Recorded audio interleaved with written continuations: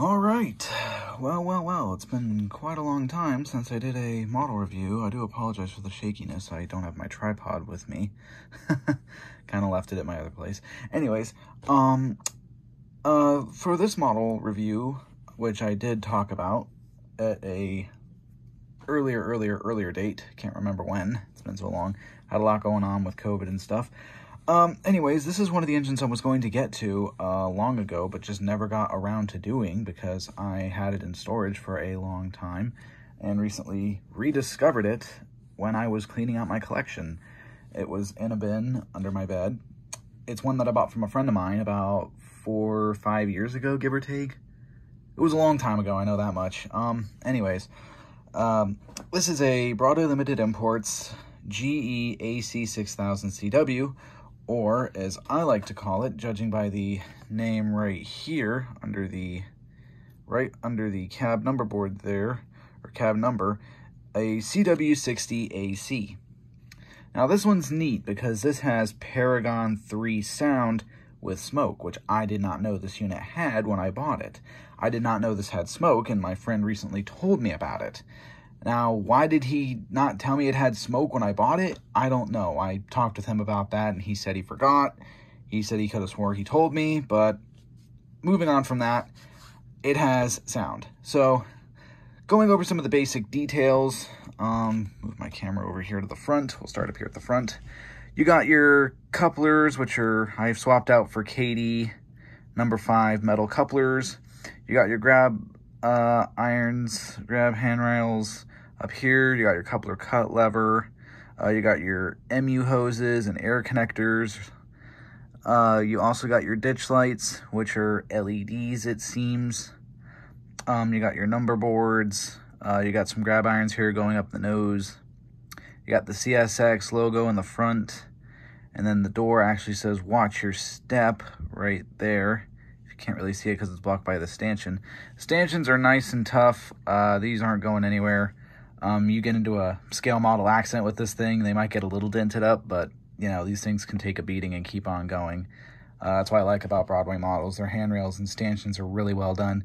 Maybe a little beefy and a little thick, but other than that, they really hold true to their sturdiness, and I like that.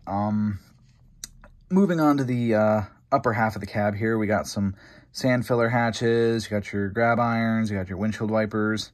I really like the way Broadway does these grab irons here over the windshield wipers. That definitely is very nicely done. You got a grab iron here.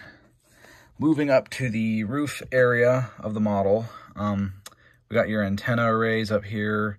Got a Sinclair antenna, or some people call them an ice skate antenna. I bet you're probably asking yourself, what happened here? Well, that is actually a very great question. I don't remember this, but since it's been in storage for a long time, I did look up why this happens, and apparently it's just the type of paint that they use on this. Broadway Limited just uses a very, very, very basic color paint. They don't put a lot of money in their paint, supposedly, from what I saw on the internet. Correct me if I'm wrong. But it's not just here, you can see. It's also on this little lift lug right here, this lift lug here, and this one here. I'm not really worried about it. I'm not knocking any points off of it or anything. I mean, if anything, it looks like it was faded in the sun and it just flaked off over time. Kind of adds a little realism, you know, natural weathering, I could say. Moving on down to the side of the locomotive here, we got our CW60AC right there, road number 643. The lightning bolts indicating that this is an AC-powered unit and uses AC traction. It has the well-known steerable trucks to negotiate those tighter curves, which I absolutely love. Every CSX unit I've ever seen has these. I've rarely seen a CSX unit that has the high-ad trucks. I guess it's just pure luck, maybe. I don't know. Anyways, I'll just slide the model down a little bit. Moving along to the side of the unit here, we've got these warning labels for the batteries, you know, danger, high voltage. You got a nice, beautiful bronze-looking bell right there, which is really cool. I would have thought Broadway Limited would have put an E-bell on this because the sound for the bell is an E-bell, but I guess to keep costs down, they pretty much streamlined the entire thing across the board using all the same parts. The only thing they've changed is the sounds. and the exterior details, like decal-wise. Moving along, we got some more warning labels here, more warning labels up here by the dynamic braking. You got the fuel fill right here with the glass here and glass here. Moving along the side again, we also got our K5LA horn, which should be a K5HL horn because the horn sound on this is a K5HL. You got your exhaust stacks, which come off. You got your exhaust stacks that come off for the smoke fluid.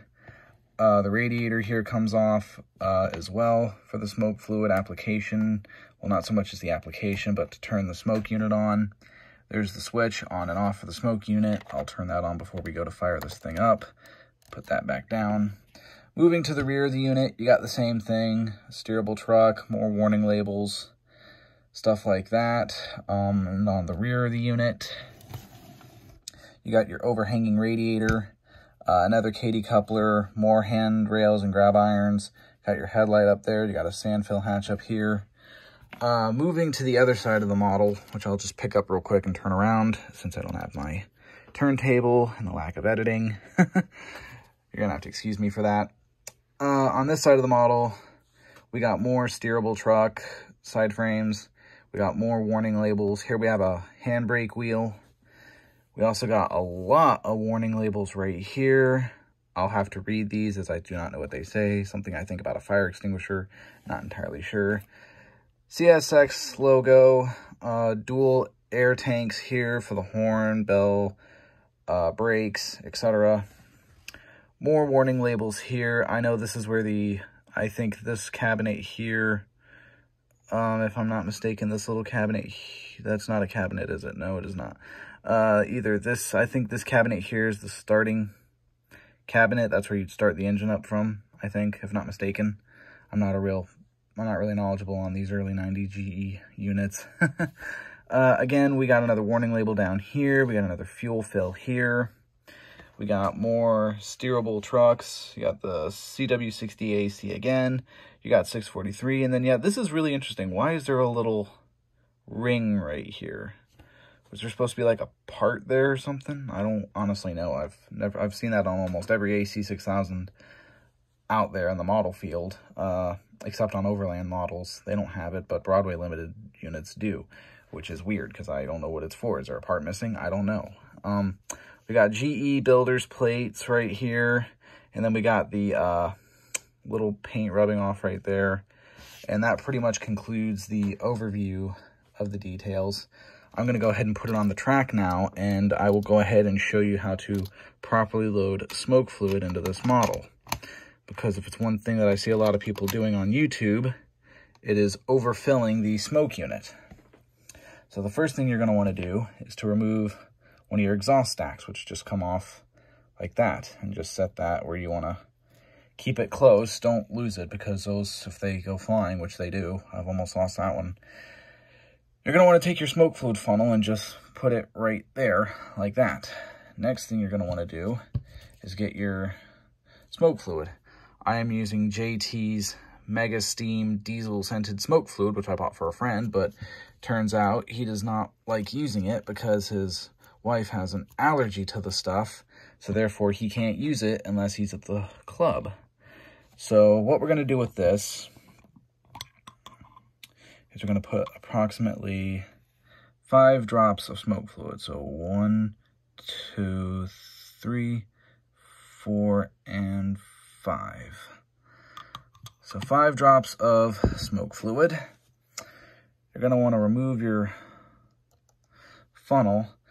Now, here's where a lot of people are messing up. They're not blowing out any bubbles that they may have, and then they're wondering, well, where's my smoke fluid? Where's the smoke? Is the smoke unit on? You're supposed to lean over like this and blow any bubbles that you may have in there. As you can see now, there's no bubbles. So what we're going to want to do is put our smoke stack back on like that. And then what I personally do is I take a little cotton swab or a little cloth, and see that didn't stick down all the way, so I got to put that back down in there. That's our smokestack. make sure these little press in, because they do come out from time to time. And what I do is I always just take a little tissue or something and just soak up any of the smoke fluid that may have spilled outside the exhaust stacks, because that oil will leave a stain on your model and it will erode the paint. So once you get all that said and done, you're going to want to, again, lift this radiator up right here, and you're going to switch your smoke fluid generator to on, or smoke unit to on. Make sure that's nice and sturdy. And now comes the fun part, starting up this model. So on most Broadway units, if you know, you can just move the model, start the model by nudging it forward on the throttle, or you could do like I do and do the extended startup. So we'll go ahead and do the extended startup.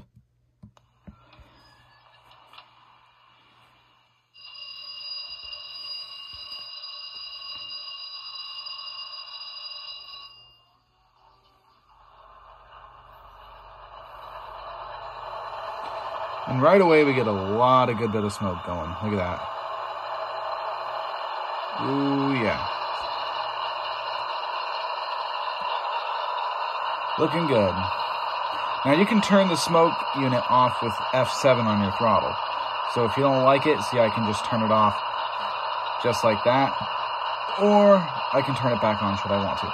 Let's go ahead and move the locomotive in reverse real quick, just so you can see what it looks like throttling up. Or not forward, reverse. When it always comes out a little bit, it comes out a bit heavy. I don't know why. It just does.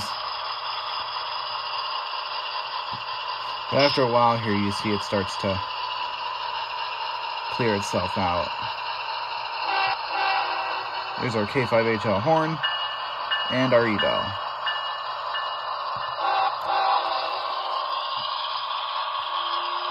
This is a really impressive little feature on this model.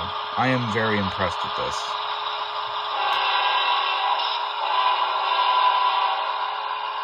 This thing really likes to put out a lot of smoke. I'll probably dull that down a little bit later. Or I can always just shut it off with F7. And then when it's throttling up, I could just turn it on and then turn it back off a bit. Like that. Like it's realistic.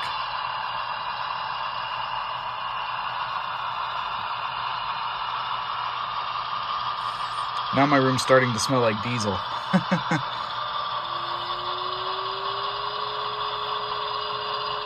Because of the smoke unit. But it's a really great addition to, I think, the model railroading community. Not many model companies actually do the smoke units like this because, you know, it's added parts and, you know, it would raise the price up a little bit more. Personally, I think this would add a lot of detail, I think, with the smoke to a Scale Trains model.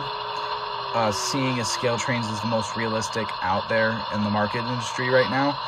If Scale Trains was to add a smoke unit like on this AC6000, they would be unstoppable at that point. Even Rapido, if Rapido Trains did this as well, they would be unstoppable. Because more and more people would buy the models for the realistic smoke than they would so much as the detail. Not only that, but, you know, the smoke, I think, adds a lot more realism to a model. Because, you know, I mean, what's a locomotive without the exhaust? You know, it's realistic, but it's not realistic enough. And the smoke does have a nice smell to it. I mean, when I say that this is diesel scented, it does say diesel scented, diesel power smoke fluid, but it smells more like diesel exhaust, not so much as diesel fuel. It smells more like the exhaust, which is actually really impressive. So as you can see when I throttle it up here, the unit actually, the synchronized smoke speeds up with the chug of the engine. I don't know why my headlight keeps going off. We'll have to look into that. Now this is just on speed step 1. This thing crawls at speed step 1, but puts out smoke realistically, like a real GE unit.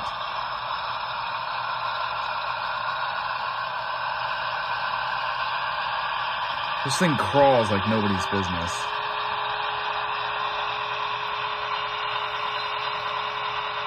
Look at how it comes out like that. Comes out realistically. I love that. Let's go ahead and back it up.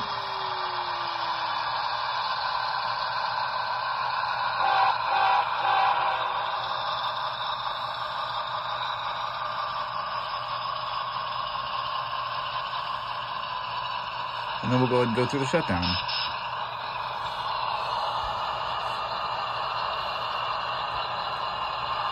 So all in all, I think the smoke on this is very, very realistic. I love it. It adds a lot of unique features to the model. I think it adds a lot of realism to the model, regardless of what a lot of people say about it. I think it's unique. I think it's very unique indeed. Yeah, a lot of people just don't like the smoke fluid all in all. I like it. I like the smell of the smoke fluid. I think it smells great. It looks great. I have yet to actually see this thing under load pulling a train with the smoke unit on, because supposedly the sounds are load based, which means the more cars you have behind this particular unit, the more smoke it's going to put out. So I can't wait to try that at the club, seeing as I've ran this at the club before without the smoke on because I didn't know it had smoke at the time. So now that I know this has functional diesel exhaust smoke, I can see what it's going to look like under load, pulling a maybe 18, 19, 20 car long train, because keep in mind, almost all my cars are weighted. So with that realistic scaled down weight, I can't wait to see what this thing looks like. Yeah, it's a little outdated in terms of club standards. Nobody really runs AC6000s anymore because, you know, everybody's running those scale trains, Gevos, and a lot newer stuff. But for me, this is for me, was a must-have when I first joined the Model Train Club. The guy that I bought this from was selling off all of his old AC6000s because he no longer wanted them. He's like, you know, they were fun, but I just don't want them anymore. So I bought this one from him for around 219 bucks. Got it for a steal. That's how much an Athearn GP15 cost with smoke. So keep in mind, I got a hell of a deal on this. This engine is great. I love it. I recommend it for all model railroaders who want to get into the smoke business. Broadway Limited makes excellent steam locomotives with smoke. Their steam engines are absolutely gorgeous. Their diesels are, however, a little bit criticized, but I think this overall locomotive is great. It looks great. It sounds great. Yeah, I've got a couple paint issues, but I'm not going to knock it for that. So overall, I think this locomotive is an absolute must-get for anybody who models CSX, because this paint scheme this locomotive not only comes in YN2, YN3 as pictured here, but it also comes in YN3B, which is the boxcar logo, and instead of the CW60AC designation, this is the CW60AC variation. So it has a Gevo 16 engine. It's got a few minor differences. It's got a good bit of exterior differences because of more warning labels, and it's got the boxcar logo, and the paint is a lot darker. And you thought it looked dark on YouTube here. Yeah, it's a lot. The YN3B is a lot darker. It's on the, when I compared the YN3B variant to the Scale Trains YN3 paint, it's really, it's almost, Broadway Limited almost nailed it in terms of the paint. So do I recommend one of these to any CSX modeler? Absolutely. Even though it's not current in the CSX fleet, it is still an absolute must for anybody who wants one of CSX's Super 60s, as they were called, or their CW44AHs. Yes, at some point in CSX's career, these were labeled as AC4400s. Technically an AC4400 and an AC6000 body. So do I recommend this overall? Yes, I absolutely do. Hopefully stay tuned for part 2 when I'm going to be running this at the local club under load with the smoke unit going, so you guys can see exactly how it runs and performs on a club layout.